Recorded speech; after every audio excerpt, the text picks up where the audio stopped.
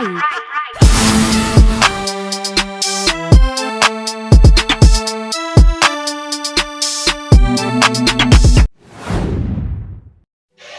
Assalamualaikum warahmatullahi wabarakatuh. Perkenalkan, nama saya Nova Nur Aida dengan NIM 2024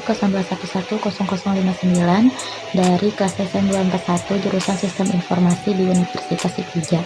Dalam kesempatan kali ini, saya akan mempresentasikan studi kasus tentang cek kelayakan makanan berdasarkan tanggal kadaluarsa dan stok barangnya. Dalam studi kasus kali ini, kita akan melihat bagaimana suatu makanan dapat dilihat layak atau tidaknya dijual berdasarkan datanya yang diinput dengan metode array studi. Oke, studi kasus ini kita mencoba membuat program sederhana untuk mengecek kelayakan makanan yang dijual di sebuah toko. Nah, ceritanya toko ini punya daftar makanan yang ingin dicek satu persatu. Apakah makanan masih layak dijual atau tidak? Data setiap makanan disimpan dalam array 2 dimensi yang berisi nama makanan, tanggal kadaluarsa, dan jumlah stok. Lalu program akan mengecek jika tanggal kadaluarsanya masih lebih lama dari hari ini dan stoknya juga masih ada, maka makanan itu dinyatakan layak. Tapi jika salah satu dari dua syarat itu tidak terpenuhi, misalnya stoknya 0 atau ternyata sudah kadaluarsa, maka makanan itu dianggap tidak layak. Kita memilih pakai array 2 dimensi ini karena strukturnya bisa menyimpan banyak data sekaligus dalam bentuk yang rapi dan gampang diakses baris per baris. Jadi cocok banget untuk kasus seperti ini yang perlu memproses data makanan secara berurutan dan efisien. Dari sini kita bisa lihat bagaimana struktur data yang tepat bisa membantu menyelesaikan masalah nyata, bahkan untuk kasus yang sederhana. Nah, setelah tadi kita bahas studi kasusnya, sekarang kita bisa masuk ke bagian flowchart. Flowchart ini menunjukkan alur logika dari program yang kita buat untuk mengecek kelayakan makanan. Jadi ini adalah gambaran umum gimana program berjalan dari awal sampai selesai. Kita mulai dari start atau awal program. Setelah itu, pengguna akan diminta untuk menginput data makanan. Data yang dimasukkan berupa nama makanan, tanggal kadaluarsa, dan jumlah stok yang tersedia. Setelah data dimasukkan, program akan langsung melakukan pengecekan. Langkah pertama adalah program akan memeriksa apakah makanan sudah kadaluarsa atau belum.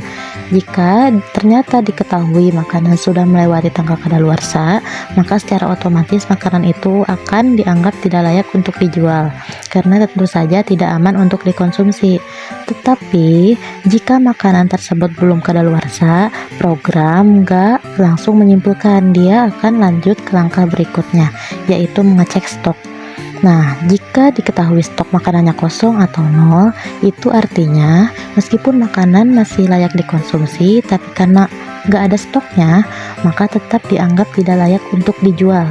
Tapi jika stok masih tersedia dan makanan juga belum kadaluarsa, barulah makanan dianggap layak untuk dijual.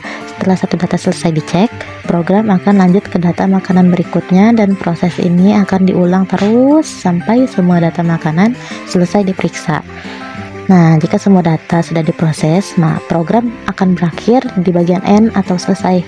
Jadi flowchart ini membantu kita untuk memahami bagaimana program menentukan kelayakan makanan secara sistematis berdasarkan dua faktor utama, yaitu tanggal kadaluarsa dan stok barang. Di sini kita akan menggunakan program Java sederhana untuk mengecek kelayakan makanan berdasarkan tanggal kadaluarsa dan stoknya. Pertama-tama kita membuat array 2 dimensi bernama makanan. Setiap barisnya mewakili satu jenis makanan yang berisi 3 data. Yang pertama nama makanan, yang kedua tanggal kadaluarsa, dan yang ketiga itu jumlah stok.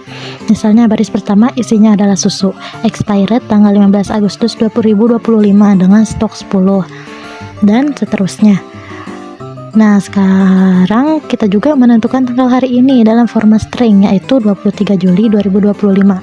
Tanggal ini akan kita pakai untuk membandingkan apakah suatu makanan sudah kadaluarsa atau belum.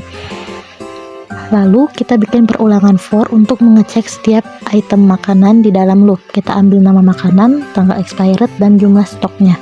Karena stok disimpan dalam bentuk teks, kita ubah jadi angka dengan parseIn. Kemudian kita cek dua kondisi. Yang pertama, apakah makanan belum kadaluarsa, yaitu kalau tanggal expirednya ini lebih besar atau sama dengan tanggal sekarang. Yang kedua, apakah stok masih tersedia, yaitu lebih dari 0. Kalau dua-duanya terpenuhi, statusnya layak. Kalau tidak terpenuhi, maka hasilnya tidak layak. Dan yang terakhir itu untuk bagian outputnya. hasil dari setiap makanan akan ditampilkan dalam format yang jelas, yaitu berupa nama, tanggal kadaluarsa, stok, dan status kelayakan. Nah, berikut adalah hasil setelah program dijalankan. Akan muncul daftar hasil evaluasi kelayakan makanan. Di setiap baris menunjukkan nama makanan, tanggal kadaluarsa, jumlah stok yang tersedia, dan status kelayakan makanan tersebut. Untuk baris pertama, kita melihat data susu. Tanggal kadaluarsanya adalah 15 Agustus 2025, sedangkan tanggal hari ini adalah 23 Juli 2025. Karena tanggal kadaluarsanya masih jauh di depan dan stoknya juga masih 10 buah, maka susu dinyatakan layak.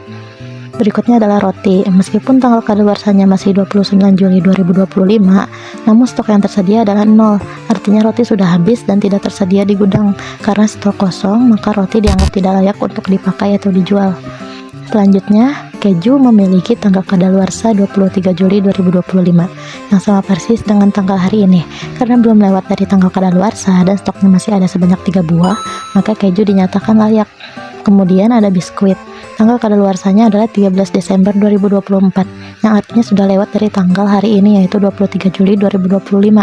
Meskipun stoknya masih ada sebanyak 6 buah, karena sudah kadaluarsa, maka biskuit dinyatakan tidak layak.